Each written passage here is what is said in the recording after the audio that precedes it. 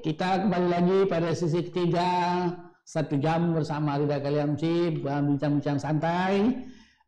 Pak Jamhur, jadi akhirnya setelah ini sampai di meja pergubnya Bung Teken, dan akhirnya seperti apa bentuknya perjuangan Pak Jamhur dan teman-teman di Lego Jangkar akhirnya? Ada jalan keluar lain? Kalau misalnya kalau ini tak juga Teken kan berarti tak ada lah jalan keluar. Ada solusi terakhir. Saya dengar akhir-akhir ini sudah ada putusan lain dari pemerintah pusat.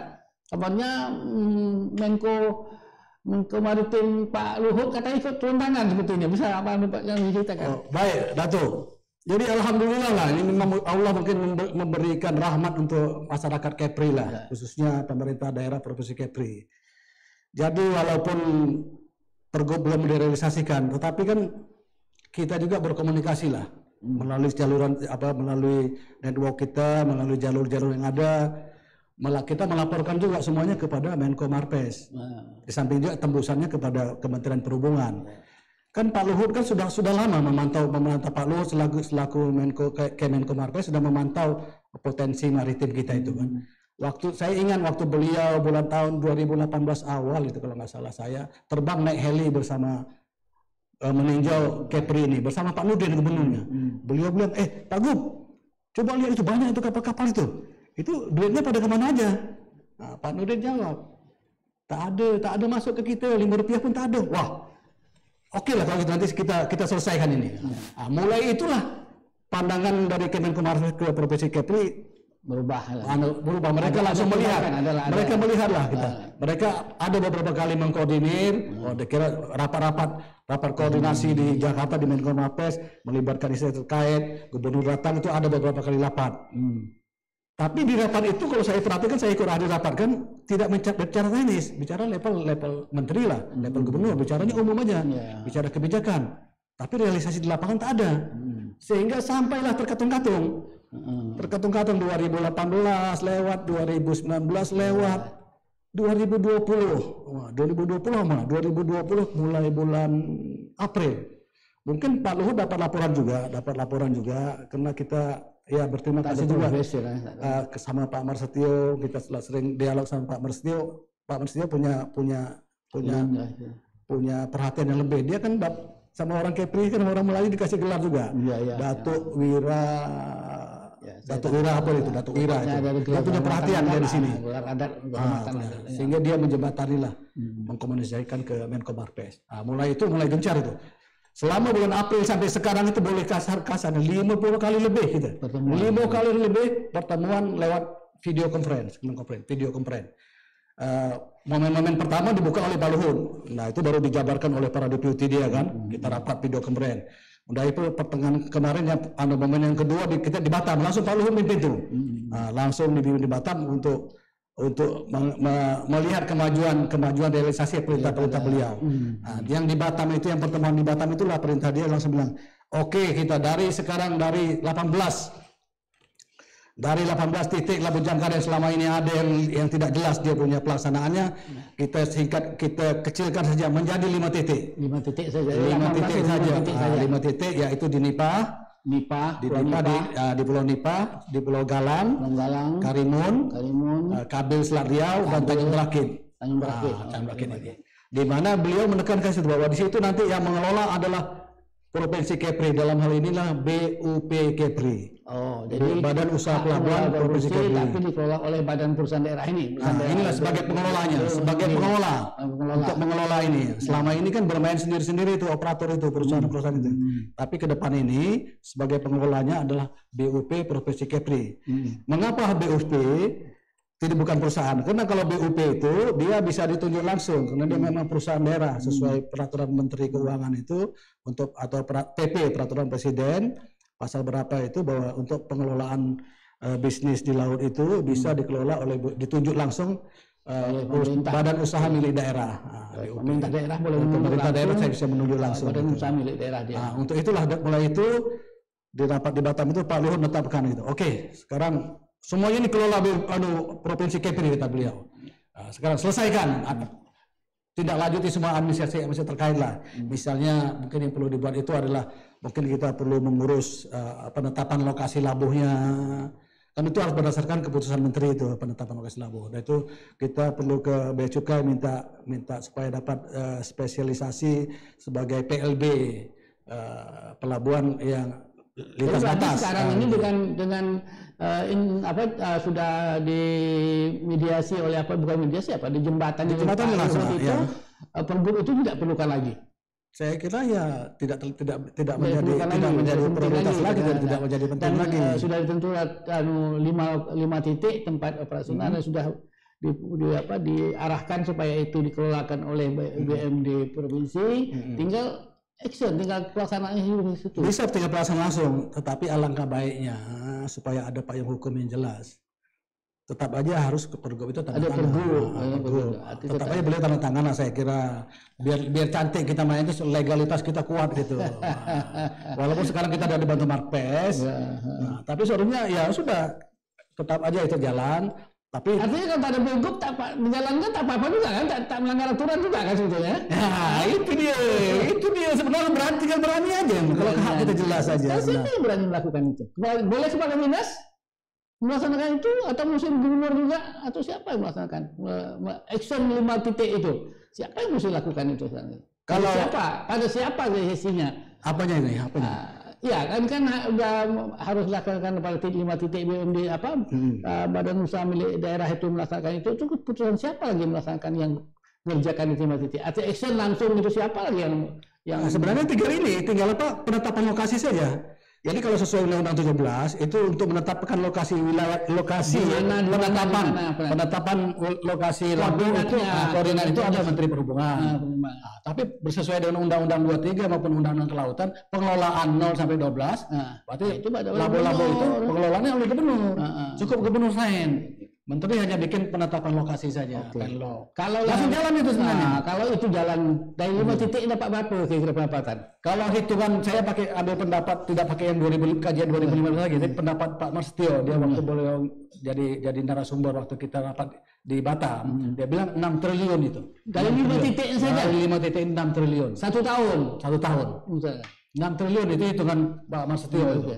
Laksmana Kalau 6 triliun 1 tahun besar dapat duitnya kan, tinggal eksekusi saja seperti itu. Kalau 6 triliun gitu mungkin 1 triliun merupakan pendapatan pusat BNDP. Kalau kita mungkin 2 triliun pendapatan badan usaha yang 3 triliun 3 triliun provinsi lah. Luar biasa dari itu. Kita tak pakai modal bisa di sini. Hanya modal regulator aja. Tegakkan aturan aja. Karena kita tak perlu beli radar, tak perlu beli kapal.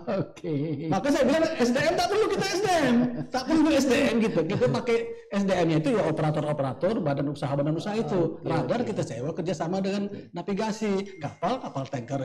Jadi Pak Jamhur ini sudah mengantar perjuangan meraih pendapatan nilai jangkar ini sebenarnya hampir final, hampir sampai ke anunya begitu Pak. Jamhur pensiun sebetulnya sudah selama 4 tahun Pak. 4 tahun fight berjuang sampai pada akhirnya diputuskan putus undang-undang pensiun. Perjuangannya sudah sampai ke hampir titik lah dengan seperti itu ya.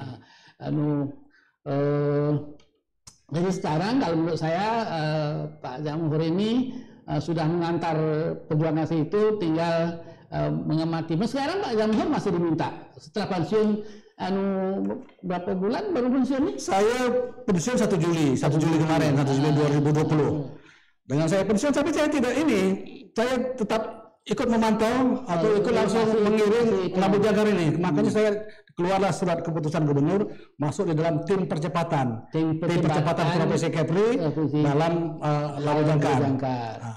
Di samping itu juga saya sebagai konsultan atau sebagai direktur eksekutif di Badan Usaha Pelabuhan Kepri, di BUP Kepri. Di situ sehingga saya terlibat langsung di BUP Kepri yang akan mengelola labuh jangkar ini maupun sebagai tim percepatan di Provinsi Kepri gitu. Sebagai individu gitu. Masih tetap mengawal ini sampai alhamdulillah uangnya Rp5 sebenarnya Rp5 masuk ke kas daerah. Barulah saya mundur diri aja lah. Pokoknya harus ada masuk menetes dulu baru kita mundur diri gitu. Mundur sebetulnya. Insya Allah 3 bulan depan lagi lah ini, insya Allah sebenarnya. Kalau target Pak Luhur 17 Agustus kemarin. 17 Agustus. Waktu beliau di Batam ngomong 17 Agustus clear. Ternyata masih perlu waktu juga. Nah kalau misalnya tak lagi apa yang saya dengar Pak Jamhur bikin apa nih rumah tahfiz Al-Quran itu apa saya dengar. Inilah kita sudah pensiun ini, saya hanya 3 aja yang menjadi prioritas hidup saya lah. Ya. Saya bilang 3 aja. Yang pertama saya jaga mak saya, itu tujuan saya balik. Tujuan saya balik, ini udah pensiun saya. Mak berapa sekarang? Mak 34, berarti 86 tahun. 86 tahun. Jaga mak saya jaga mak. Yang kedua saya mau ngurus rumah pondok pesantren lah. Pondok pesantren rumah tahfiz untuk bekal akhirat. Pesantren tapi base-nya tahfiz Al-Quran. Rumah tahfiz pesantren tapi tahfiz Al-Quran. Di rumah saya di Desa Lancang Kuning, Sungai Jeram, Tanjung Uban. Yang ketiga ya ikut mengawal, mengantar ini Labu Jangkar sampai betul-betul menetes berhasil kepada pemerintah daerah. 3 pokok ini yang jadi prioritas saya. Anda masuk politik? Kayak dalam waktu dekat ini 3 ini dulu nanti ada nama-nama. Masuk politik agak berat juga lah. Kita pegawai negeri atau tentara duit tanggung gitu. Politik itu yang perlu juga itu. Mau jadi calon itu orang Lingga mau jadi bupati calon bupati Lingga atau mau jadi Bintan kan masuk ke Bintan. Ada itu ada waktu balik pertama ada. Calon gubernur mana tahu itu. Waktu masih ada Bang Din, Pak Nurdin gubernur ada sepakat itu kita tuh.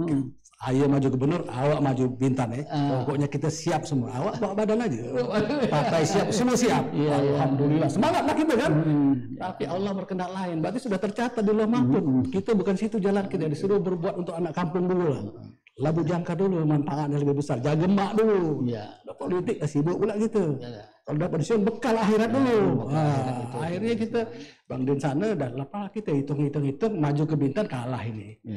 Kalau kalah, maju ke Lingga ini kayaknya kalah juga. Berarti baru dayung sampan 1 jam udah orang sampai di mana? Orang ke mana? Kita tinggal bocor lagi sampan kita. Tapi kan ya sudah. Pak Jamhur, apalagi kan saya berprinsip kalau saya maju harus menang. Itu prinsipnya. Kalau kalah ya sudahlah. Mending kita duduk terus kopi aja lah, banyak daripada. Iya, tapi mencapai karir tentara sampai pangkat Brigjen Pak ya. Kalau di Kementerian Perhubungan pangkat saya Mayor Jenderal Perhubungan. Itu di Kementerian Perhubungan banyak orang-orang di Kepri yang sampai jabatan putih sebagai tentara karena masuk ke tentara juga. Kalau di hukum pemerintah sih banyak, tapi kalau di ABRI kan tak begitu banyak seperti itu. Oke Pak Jamhur, saya pikir kita sudah diskusikan banyak hal. Tinggal kita mengawal saja bagaimana supaya itu betul-betul real. Kalau dapat saja misalnya katalah 3 triliun, jadi artinya suatu pertanyaan yang luar betul enggak dari Lego Jangkar ini bisa menjadi juru selamat daripada pendapatan provinsi Kepri seperti itu. Nah kalau misalnya itu bisa realisir, bisa dapat itu, dan apalagi menurut Pak Jamhur sebenarnya ada target Agustus ini sebetulnya sudah harus clear. Sudah bisa direalisasi ya. Infrastruktur semuanya sudah siap kan. Kalau badan usaha kan BUMD-nya sudah lama ada kan. Sudah ada lama.